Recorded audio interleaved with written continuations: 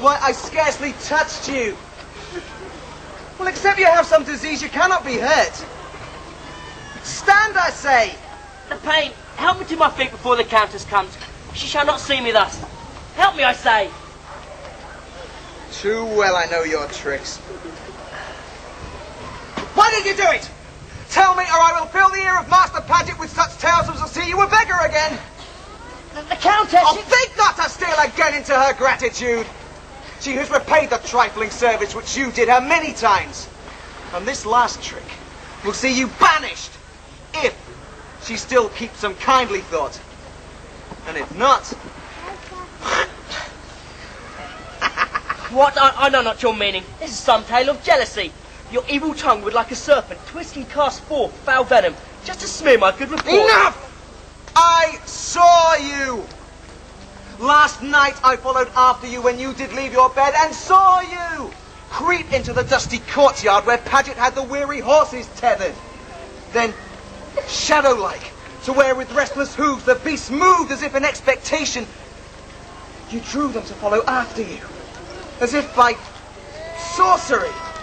Now my mistress must be carried in a litter, and she is sore distressed to make so slow a progress, fearing the Queen's displeasure if she be late. Pagaent is blamed, and like a bear he roars and cuffs me with a heavy paw. Oh, but I will let him know the true culprit. Why do you hesitate? Tell one, tell all. Why? So I shall. And then we shall see the favourite's mighty fall. Think you to be believed? Why, I should charm her for my sweet singing, as I denied your tale, while you, a crow doth sweeter music make. Tell me why you did it. Did you, sell the horses? Well, if so, then give me half of my tongue shall silence stay. You are welcome to half of my wealth. Half of naught. Then you are dead. For soon you will be caught. The Countess comes and Master Pagaent, seething with rage which longs to loose itself in blows. They are here! This is the place for sure. The die is cast. And now may God take mercy on my gammon the time I find my true vocation. This is the way for sure, and not much above a half-day's travel from our destination. Come, forward. Tarry we dare not, or night will creep upon us and close upon us like a dark fist before we reach our journey's end. Good Master Pagaent, give us leave to rest our burden and rest a while. My arms do hang longer than they did when we first set out, and my thirst doth make my throat a scraper for old boots. I rest a while, Master Pagaent, that we fail and sink by the roadside. Not so, men. Think of your goal where better refreshment waits, and let each man put forward his better foot. I would I had a better foot, 2 better feet and 3 to make a yard, and that yard belonging to an inn. Aye, 'tis too much. However much further 'tis too much. Oh, forward, I say! What? Would you save your Countess in this way? Forward, is that more to do?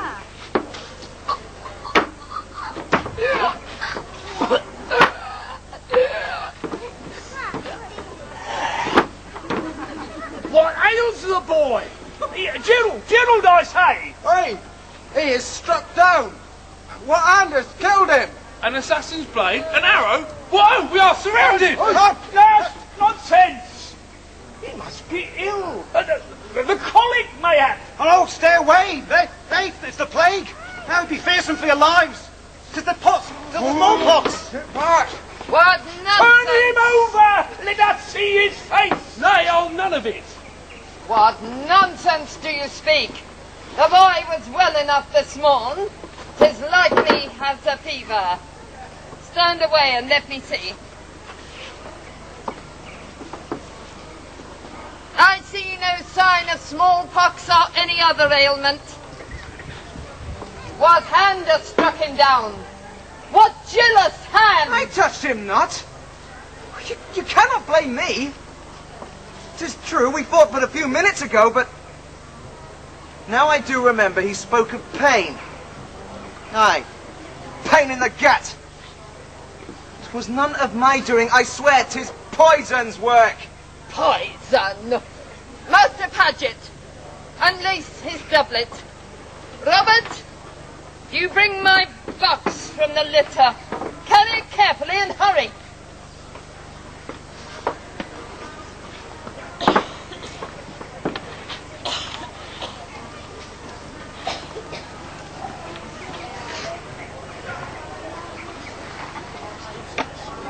My strengthening potion, purchased from the finest apothecary in London. 1 drop will cure all agues, colics and fevers, so he swears.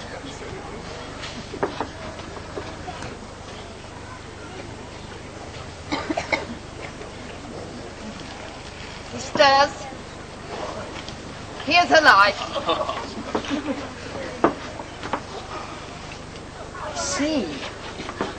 I see. What do you see? He saw who killed him for sure. Let the assassin tremble, for he is caught. There's no escape. You say what and struck you down. Can he prophesy? Can he see things? How can he see things with his eyes tight shut? Tell, who am I? I see. Though it is dark, I see what was done. You saw not me. I did you no harm. Master Pagaent. What? I know not. What do you mean? The blame lies not with you. I knew it. And no blame could lie with me. What for? You slept but soundly. There was no blame in that. Oh, yes, I did sleep soundly. 'Tis a sign of good conscience, they say. I sleep like an honest man who serves his Lord and his God and fears no enemies. Peace, good Master Pagaent. We'll wait time. He keeps his wits, though sleeping. The horses were taken in darkness to wait. What is this? My horses were taken. I thought the thieves to be miles away by now. Where are they? I see them plain. Where?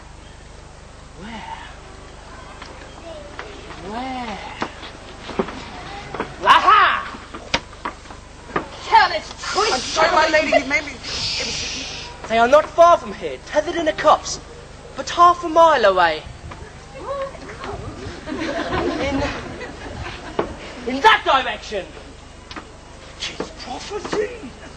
And if it do be true, a more useful one than heard of hitherto. Prophets most often twisting riddles cast, which men cannot untangle till the need be past. Master Pagaent, go quickly. If this be true, I may yet reach ELVETHAM before nightfall and before the Queen. A boon I crave. What is this? Methinks you are a worldly prophet to seek reward while still dreaming. Dream on. Too worldly by far, my lady. 'Tis a plot, I swear, for I did see him late last My night. head is like speak a thousand jangling instruments, was playing tuned and dizzy both my ears and my eyes. My lady, is that your fair face? Oh, pardon me, what have I done? A mild fit oppressed you, or maybe a fever, and like one sensitive to the mild airs that move around us, you were able to interpret these strange signals and understand things that we do not. 'Tis trickery, my lady, for I saw it with my own eyes. I shiver, even now. Support him, Robert, a while. Do you not yearn to be my lady's favoured servant? 'Tis jealousy without wit. Cannot you see to what your advantage here? What mean you? Why, when I go, and go I shall, whether by amicable means or by ill will, who is most likely to take my place? Look the feather in your own nest, my friend, and leave off foul in mine. Gerald, hold this around you and sit a while. My lady, I must speak to you, if you will hear me. Certainly. But no more prophesying, I beg. Too much soothsaying makes the day overlong, especially such a day. I trust that Gloriana herself had a less eventful journey, although the loss of her horses would be to my advantage. But I doubt she has a squire with arts such as mine to while away the day. My lady, look, the players pass through here soon. They journey to ELVETHAM to play before the Queen. You tell me what I already know, but spare me the story of the crescent-shaped lake dug out at ELVETHAM and of the sea battle to be enacted there. Mayhap you yearn for a tale to play a mermaid. Not a mermaid, my lady, but, well, the players are short of a boy to play the Queen of Fairies, and, well, I have been promised. I see. That time, I rendered you a trifling service. Call you my life trifling? Did I not take you into my service and promise to be kind to you? Do you complain? Never, never. Gloriana herself never had a truer or more grateful servant. But you must know, my lady, I was brought up by players, and my life has been one of words, music, and illusion. Such a life ill fits one for service. I long for the rapid grandeur of the stage, the trundling, hopeful journeys, the glory of the play which lingers and armours us against failure and the oft-cruel world. Without these, I am as a plant, planted in the wrong soil. A little more of this story and I will join you on the road, Gerald. But enough. If my horses are well and I make good time from here, you shall have your old life back. For I think today's adventure has cost you dear. In truth, you are a player through and through, and today's performance merits some coins from me. Which will you have? Gold or your freedom? My lady need not ask, for she has true wisdom, and sees her and understands. I pray she can forgive. You choose well, but you cannot go without some remembrance of me.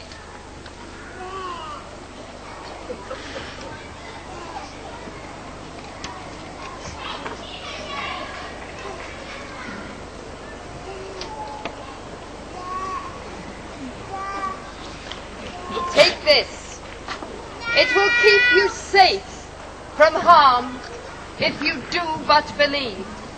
It is a holy relic, a saint's comfort, and it came into the possession of my family. Wear it as I wear my sliver of the true cross, close to me always. My lady, the horses! 'Twas as the boy said! Come, we must be quick. We will meet them. Gerald, I wish you every success as Geraldine.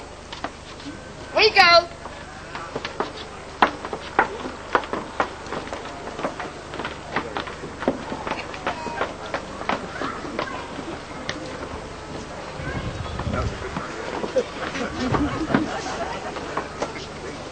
Has all fallen out as we purposed? Did you carry all before you, Master Gerald? I have my freedom. The Countess was generous. She wished me well. She gave me this. It is a holy relic. Is it gold? All that glisters may be but base metal, as some scribbler has remarked. Ah, well, gold or not, it will be the price of your apprenticeship. But it was given But to... surely you do not mean to join us without some contribution?